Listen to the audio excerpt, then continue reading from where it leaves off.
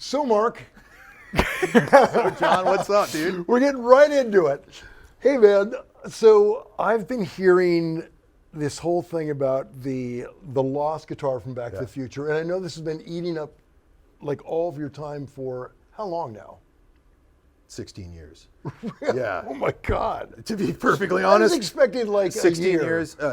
My first day I worked at Norman's Rare Guitars, I started looking for this because I assumed Norm still had it, so I just started opening every ES-sized case that I ever saw. Okay, what we're okay, doing now. Okay, to back up a little Okay. bit, just to define our terms for the Yeah. people tuning in. Get on the edge of the sofa. Here. So this is so you've been looking for the 345 from Yeah. Back to the Future Yeah. for 16 years because it came from Norm's. It came from Norm's. I knew it came from Norm's, so I assumed like I would one day get to have that guitar in my hands, and been looking for it ever since. In earnest here for about the last 6 years. So 2019, I met Doc Krotzer, who's the director of our movie, and I had actually talked to Doc at Norm's about the guitar a few years before, and he looked me up and was coming to town, and we hung up, and he hit me with this idea, and we started going, and I took it to Todd, my partner at Gibson TV, and we were talking about Gibson films, and the three of us have been working on this since 2019. And then COVID happened, and everything kind of got shut down for a while, but we kept it alive, and we wouldn't shut up about it. And everybody at Gibson's like, yeah, no, that sounds cool. And it's like, and then it's like, hey, we got Michael J. Fox and Christopher Lloyd and Leah Thompson and Huey Lewis and all these people booked. Like, we need to go start shooting this. And I think it kind of took everybody off guard that we actually did it, but we did it. What we haven't done though, and I know everybody thinks that I'm full of crap, but we don't have the guitar yet. Obviously, here is the Back to the Future model that is being released. Okay. This was supposed to coincide in this dream world, fantasy world that we had with the release of our film, which would correspond with the 40th anniversary of Back to the Future this year. But kind of don't have a third act for the movie, John, until we find the guitar. You know, it's just all the money spent so far on the tab to do what we've done up to now, and talk about a cliffhanger. Yeah, it's an occupational hazard of making documentary films. You know, right? If you really want to tell stories, you don't necessarily know how it's going to end. That's kind of part of the beauty, and sometimes they take on a world of a life of their own. And we were talking, we've met some pretty spectacular characters already in this search, and I cannot wait till we could just find the damn thing so we can finish the movie so everyone can see it, because the story is we couldn't have written a story wilder than what has been unfolding over the last four months now. Man, Mark, that's what I love about documentaries, is because they prove that real life is stranger than fiction. You know how you want it to go in your head, and then you get this twist, and you're like, oh my God, are you serious? It's better than you imagine it sometimes. I'm sure sometimes it's like, oh, it was just that, and it's like, no. We did all this for nothing, but like, no, we're meeting some wild characters. We're hearing crazy stories. Okay, so not to spoil the movie. Yeah, I can't talk too much about story stuff. But tell me maybe a couple crazy scenarios that you've gone through in this epic search. Whether or not the guitar even went back to Norman's Rare Guitars is being disputed by prop masters and other people. But assuming the guitar went back to Norm sold it to a friend of his, and off it went, and that's kind of where we lost it. Or the prop master could have taken it and done whatever with it. It could have disappeared. You know, it could have been sold out of that store. I ran Norman's Rare Guitars for 10 years. That store kind of, Norm goes to lunch, and that was kind of the Japanese guitar boom at that time, when Japanese tourists were coming by and buying everything at Norm's. Like, was Norm at lunch one day and somebody bought that and took it back to Japan, and they have it and they have no idea that that's the guitar. Or the one that's killing me is maybe the person that has it doesn't want to be found. Right. Yeah, they don't want anything to do with this, which is like, and now it's been long enough now, and we've gone through and chased enough stuff that we're starting to like come to grips with the fact that like maybe we're dealing with somebody who owns this that's not interested. Right. Or maybe they got it in a less than legal way. Or and then there's those things. I don't think that's what happened. I think it was legitimately sold, and whoever has it is the legitimate owner of it. But I think that maybe they're they're not interested in being found, which is making Doc and Todd and myself just all the more. We gotta figure out a way. You know? Yeah. We gotta find a way. Right. Okay. So I gotta justify like, all the money we already spent. We gotta come up with a final product here. But okay. But So it did lead us to this Right. magnificent thing that I couldn't be any more excited about. Literally everyone at Gibson could not be more excited about this. This guitar is the reason I started playing. It's the reason why Matt Kaler, our vice president of product, started playing. It's the reason why cool. Cesar, our CEO and president, started, like a lot of the guys at the factory started playing. This means so much to so many people here, and so many people have been trying to make this happen for so many years. Todd and I are just a small fraction of people for other reasons who have been trying to make this guitar happen. So the fact that it's here and it's real and it's as incredible as it is pretty spectacular. You want to see it? You haven't Oh seen it? yeah. Well, first show this case, man. I mean, come on. Come on. Got to get the Marvin Berry and the Starlighter stencil on the case because it is, we talk about Marty McFly, but it is Marvin Berry's guitar. God, that is when so you perfect. think The about font and everything. 1955, Oh, this is social media from 1955. That, Bonamassa. Joe would say it. Bonamassa said that about. He had like some vintage guitar with something like that. He goes, yeah, before social media. You want somebody to know your name, you got to put your name on. So we figured Marvin probably would have put his name on the case. So Perfect. as a nod to Marvin Berry, we Love threw it. that on there. But here we go. This is the Back to the Future 1955 ES-345. Oh. Now, this pains me a little bit because I have an incomplete set here. All the guitars are already out in shipping, but this is a early artist proof, so it does not have all of the case candy that would have come with it. But we've got just like a light Murphy Lab aging treatment on it, which is what we're just assuming. Yeah. It's a guitar of that age. We're assuming that it's at least got light checking on it. Sure. We haven't seen it in 40 years, so I don't know if it's getting played much. So I don't know. It could be a heavy relic. I doubt it. Yeah. We got the exposed studs. We got the proper Bigsby, which this took some work to get correct. But really, that 12 fret inlay is still what we're looking for. Okay, as so kind of the smoking gun. Okay, so tell the audience about that. Yeah. Okay. So the 345s have split parallelogram inlays. That's a standard feature on an ES-345.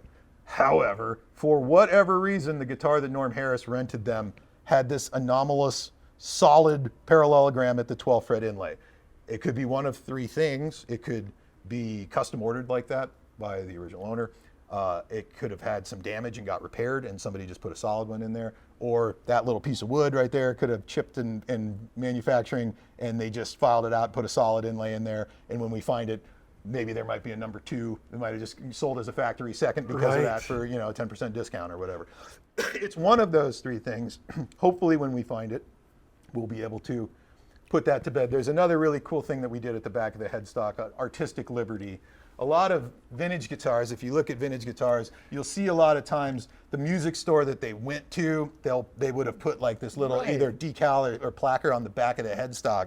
And we designed this one that's called Hill Valley Music as this fictional guitar store in Hill Valley. And what's it say? Your kids are gonna love it. I mean, it's so that's rad. There's little Easter eggs everywhere. There's an Easter egg inside the F hole I can't really talk about because there's like IP things with it. But there's another Easter egg inside of there, and then there's all of this case candy that we've got the plutonium case full of case candy here.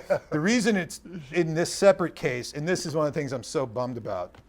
This is part of the experience. It's missing though. When you open the center pocket of the case, there's a flux capacitor that is fluxing inside the case, and the Velcro is in here for it. And somebody, like I said, this is like a prototype. So somebody took the flux capacitor out of the case. So there's a note that says, I owe you one flux capacitor. One flux capacitor. Yeah. But then you got, the box full of stuff. This is what we had. There was hours of phone calls that we sat on brainstorming cool stuff that we could include with this guitar. Now, granted, Universal Pictures owns Back to the Future franchise, so everything has to go through them and has to be approved. So sure, some of the ideas we had, we couldn't get over the finish line, but a lot of the stuff that we had, we were able to. Obviously, your COA, Back to the Future cert, it comes with the photo of Michael J. Fox's brother and sister that Disappearing, that you can stick under the strings, because it has to. It comes with the Casio wristwatch that Michael J. Fox wears in the movie. Far out. So this is the wristwatch. It comes with some picks for Michael's band in 1985, the Pinheads. It's got Pinheads logo guitar picks. You get keys to the time machine, and then we got nice kind of vintage style, what in 1955 would have been a really nice leather guitar strap. And then also there's some more stuff in the tube that we recreated. We just wanted to have like a fun package of stuff for the super fans, Sure. So you got the Enchantment Under the Sea Dance poster, and then you even got the Save the Clocktower with the I Love You and Jennifer Parker's phone number on the back of it, which we had a lot of fun doing this, and it was a lot of work, and it takes a lot of coordination between, when you're doing something that is as beloved as Back to the Future, there's a lot of people involved in the decision-making process. Oh, so yeah. The fact that we got all of this stuff together and cleared, and it's a small miracle that you have to give it up to the Gibson team in our partnerships and marketing department for getting all of this together. But guitars, I couldn't be happier about the guitar. Guitar's killer. Yeah, you guys are doing epic shit. That's great, man. Kind of the idea.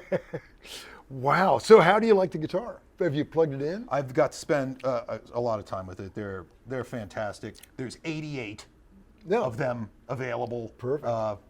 Because why not? So Mark, the original one was like a early 60s that they used in the movie? We think it's either a late 1960s. Red as a finish was not available until late 1960. So we think it's either a late 1960 or a 1961 based on what we can see in the picture, which it's still Mickey Mouse ears, which would kind of mean it's still from that first era of the ESs. Right. It's short guard instead of long guard, which would normally say 61, but there are 1960s that went short guard. And then it's reflector knobs, which is also kind of a 1961 feature, but there's definitely 1960s that went with reflector knobs as well. The Bigsby was a late 50s Bigsby, which kind of makes sense that whatever was around the factory got grabbed and stuck on. This was done after the fact, which is why you still have the exposed studs. Yeah. Custom buckers, unpotted Alnico 3 custom buckers in there. But because we know enough, we know what the horns look like on a 60 or 61, and we know what those plates are, and we know generally what the neck profile of a late 1960 or 1961 slim taper neck profile feels like. We know enough about it that we knew that we could make a very convincing homage to the guitar without having the original to scan, Wow.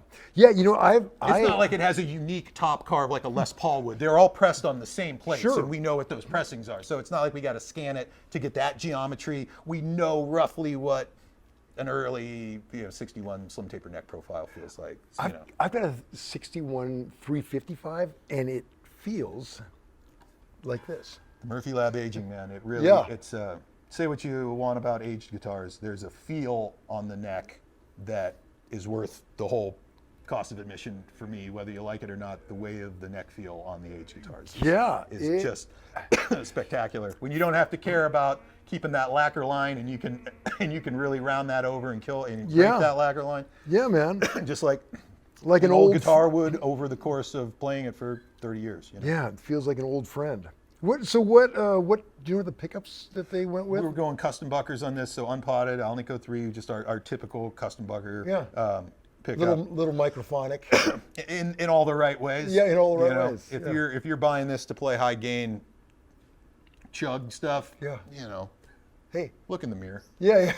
I don't know, maybe I love that you want to do that on this, but it's gonna squeal because that's what PAFs do. Oh, that's great, man. But it's a lot of fun. The other thing, with the Veritone, this is mono. So you don't need stereo cable. You just plug your regular cable from your pedal board. You don't have to change anything. It still works and gives you all the same sounds, but it's just not giving you a stereo out. So this is kind of the best of both worlds. If you don't like it, keep it on position 1. If you want to use it, you can use it, and you don't have to worry about separate cables or second amps or the whole stereo rig. God, what a fun project! It's a lot of fun. man. It's been a lot of work. The fact that it's here and we're looking at it right now is wild. Yeah, it's wild that it's here, but couldn't be more proud of how this one came out. Well, Mark, I can't wait to see how this movie ends. You and me both, homie. You and me both. Okay. Well, so does the board of directors. yeah, right. Well, coming to you soon. Eventually, coming to you eventually. But in the meantime, this is coming to you right now. This is coming to you on Back to the Future Day, October 21st, which may already be today, or by the time this comes out. But they are officially in the wild. Act quick, man. There's only 88 of them. These are not gonna. There's a lot of people that have asked for this guitar. I've worked in the business for 20 years of selling guitars. Yeah. People have asked me about when is there going to be one of these for 20 years. So there's a lot of people that are going to want these. And the Epiphone version is available as well. Oh, really? Same day. They're both going to be in stores. Epi's doing one as well? Epi's doing one as well. Similar? Same, with the hard shell case, with the Marvin Berry on it. Obviously, it does not that. come with the whole case candy package, but all the important features are all there, and it's a killer guitar. I mean, you know the Epiphone. Oh, stuff. yeah. It's I a love killer this stuff. guitar. So Yeah, love there's one for everybody in there, and they won't be around forever. But, All right. it's Hey, here, man. Mark. Thanks, man. great to see you, Congrats, buddy. Okay, y'all.